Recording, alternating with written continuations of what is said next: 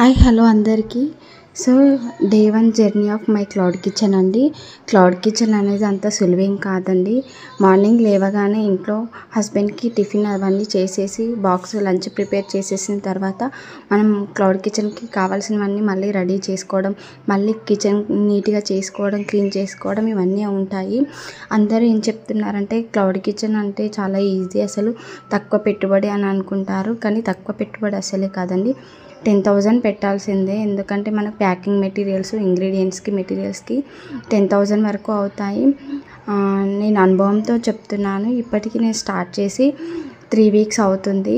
3 weeks నుంచి నాకు ఒక 7 ఆర్డర్స్ మాత్రమే వచ్చాయి. ఎందుకంటే నేను ఉన్న ఏరియాని బట్టి మనకు ఆర్డర్స్ అనేవి వస్తాయి. ఎక్కువ ఎంప్లాయీస్ ఉన్న ఏరియా అయితే మాత్రం మనకు క్లౌడ్ కిచెన్ అనేది బాగా సక్సెస్ఫుల్ అవుతుంది.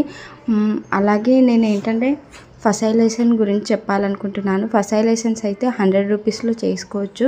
ఫసైలేషన్స్ ఆన్లైన్లో గూగుల్లోకి వెళ్ళి ఫసైలేషన్ అప్లై అని కొడితే మన క్లౌడ్ కిచెన్కి ఒక 100 రూపీస్ అవుతుంది అంతే.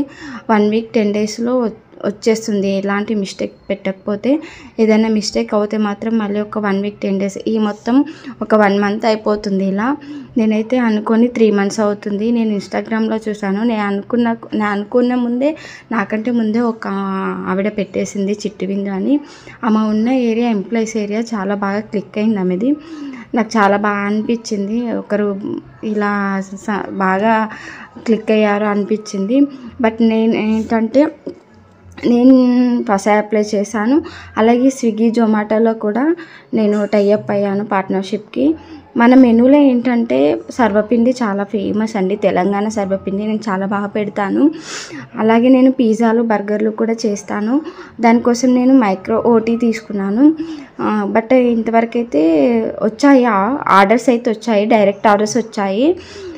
ఇచ్చేసాను. చాలా బాగుందని అన్నారు. జొమాటోలో కూడా రివ్యూస్ వచ్చాయి, నాకు కామెంట్స్, రివ్యూస్ కూడా వచ్చాయి. చాలా బాగా అనిపించింది. ఏంటంటే తృప్తి అవుతుంది. అరే పెట్టినందుకు బాధ అనేది లేకుండా, అది లాభమా నష్టమా అని తెలీదు. బట్ అయితే ఒక ఆర్డర్ వచ్చిందంటే చాలా బాగా అనిపించింది. అసలు ఎంత హ్యాపీనెస్ అంటే మనం ఇంట్లో ఉంటూ పిల్లల్ని చూసుకుంటూ మనం చేసుకునే పని, అసలు బయటకు వెళ్ళాల్సిన అవసరం లేదు. మన కాళ్ళ మీద మనం నిలబడుతున్నామనే ధైర్యం నాకు వచ్చింది.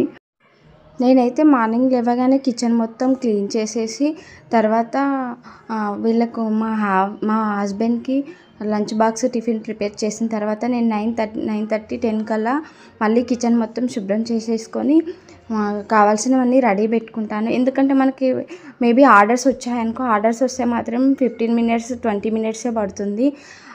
ఆ లోపు మనం అన్నీ రెడీ పెట్టుకున్నాం అనుకో, ఈజీగా మనం ఆర్డర్ అనేది ఇచ్చేయచ్చు. చేసేసి నేనైతే వెంటనే ముందుగా ప్రిపేర్ చేసి పెట్టి వెంటనే ప్యాక్ చేసి మాత్రం ఇవ్వను. నాకు ఆర్డర్ వచ్చిన తర్వాతనే అప్పటిదప్పుడే నేను ప్రిపేర్ చేసి ఇచ్చేస్తాను. ఈ పిజ్జాలు, బర్గర్ల కోసం కూడా నేను సాసులు ఎప్పటిదప్పుడు చూసుకుంటూ పెట్టేసుకుంటాను. ఏంటంటే మన మీద మనకు నమ్మకం ఉండాలి. మనం సక్సెస్ అవుతామా లేదా అనేది పక్కన పెట్టేసి మనం మన నమ్మకాన్ని కోల్పోవద్దు.